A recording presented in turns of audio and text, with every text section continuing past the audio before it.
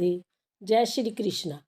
प्यारे दोस्तों, धार्मिक कथाएं चैनल में आपका हार्दिक स्वागत है। दोस्तों, आज मैं अपनी वीडियो में करवा चौथ की कथा श्रवण कराने जा रही हूँ। दोस्तों, करवा चौथ को सुहागन महिलाओं का सबसे बड़ा त्योहार माना जाता है।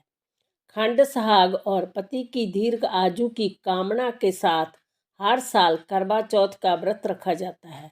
इस साल 1 नवंबर 2023 को करवा चौथ का व्रत है। इस दिन महिलाएं निर्जल व्रत रखती है। चंद्रमा को अर्घ देने के बाद ही जय व्रत खोलती है। इस वर्ष कार्तिक कृष्ण पक्ष की चतुर्थी तिथि 31 अक्टूबर मंगलवार को रात 9:30 से शुरू होकर 1 नवंबर को रात 9:19 तक है।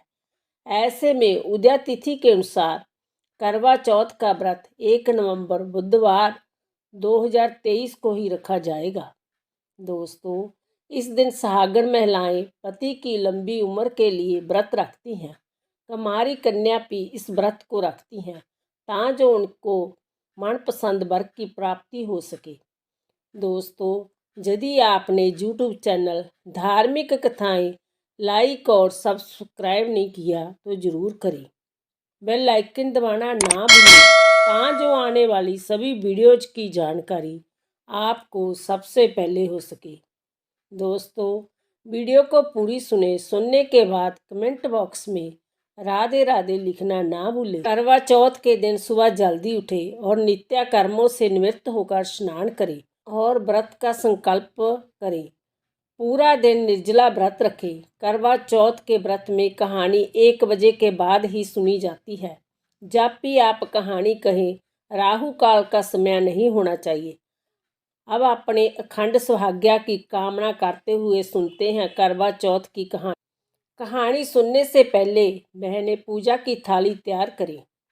फिर एक पट्टे पर गाय के गोबर से एक चौंक लगा लें। उस पर थोड़े से चावल रखकर उस ऊपर जल का भरा हुआ कलश रखें। फिर पानी का भरा हुआ करवा रखें। रोली से करवे पर स्वास्तिक चिन्ह बनाएं। कि अपनी थाली पर सारा सामान तैयार है। गेहूँ, मौली, रोली, चावल से विधि विधान से गणेश जी और चौथ माता की पूजा अर्चना करें। फिर साथ में रोली से तिलक करें। फिर माथे पर रोली से तिलक करें। चाहे अपने बिंदी लाई हो पर फिर भी माथे पर तिलक लगाना जरूरी है। फिर हाथ में गेहूं के दाने लेकर कथा सुननी चाहिए।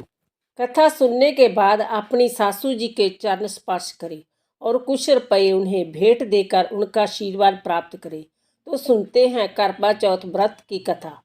कथा शुरू करते हैं गणेश जी की कहानी से। बोलो गणेश जी की जय। गणेश जी को विघ्नहर्ता कहा जाता है।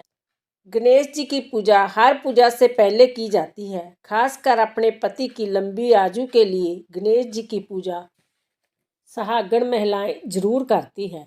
ऐसी मान्यता है कि गणेश जी की पूजा करने से पति की लंबी उम्र होने के साथ साथ घर में दुख दरिद्रता दूर होती है और घर आंगन खुशियों से भरा रहता है। वहाँ पर कोई भी दुख दरिद्रता नहीं आती। अब शुरू करते हैं अमर सुहाग की लंबी उम्र देने वाली गणेश जी की अद्भुत कथा। बोलो गणेश जी महाराज की जय। एक समय की बात है कि एक भाई बहन रहते थे। बहन का नियम था कि वह अपने भाई का चेहरा देखे ही खाना खाती थी। हर रोज वह सुबह उठती थी और जल्दी जल्दी सारा काम करके अपने भाई का मुंह देखने के लिए उसके घर जाती थी। एक दिन रास्ते में एक पीपल के नीचे गणेश जी की मूर्ति रखी थी।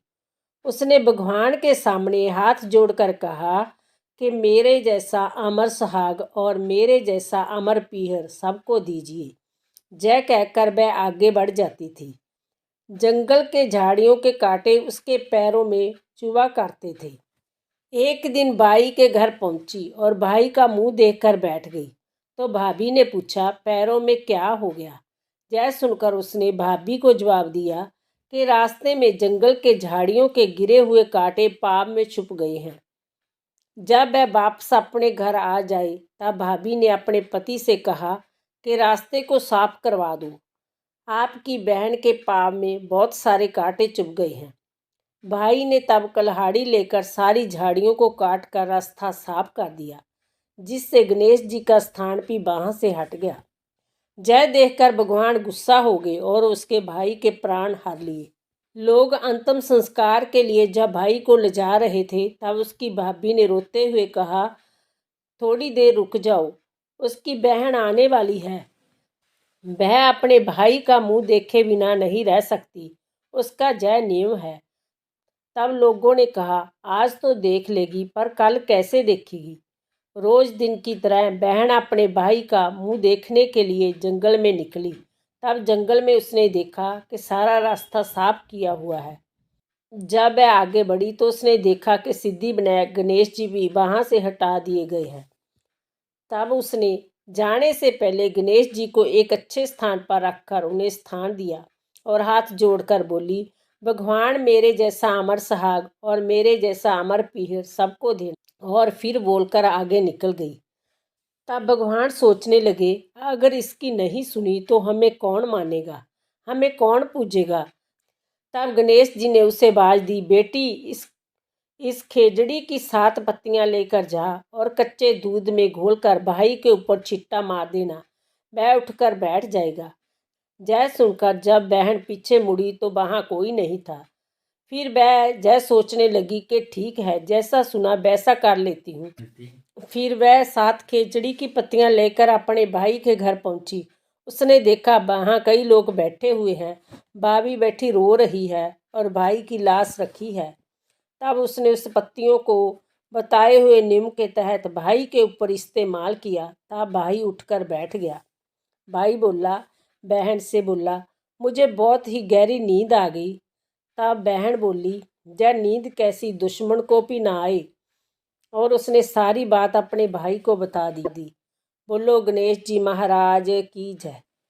करवा चौथ की एक शाहूकार के 7 लड़के और एक लड़की थी। एक बार कार्तिक मास की कृष्ण पक्ष की चतुर्थी तिथि को सेठानी सहित उसकी 7 बहुओं और उसकी बेटी ने भी करवा चौथ का व्रत रखा। रात्रि के समय जब शाहूकार के सभी लड़के भोजन करने बैठे तो उन्होंने अपनी बहन से भी भोजन कर लेने को कहा। इस पर बहन ने कहा, भाई अभी चांद नहीं निकला है, चांद के निकलने पर उसे अर्घ देकर ही मैं आज भोजन करूंगी। शाहूकार के बेटे अपनी बहन से बहुत प्रेम करते थे।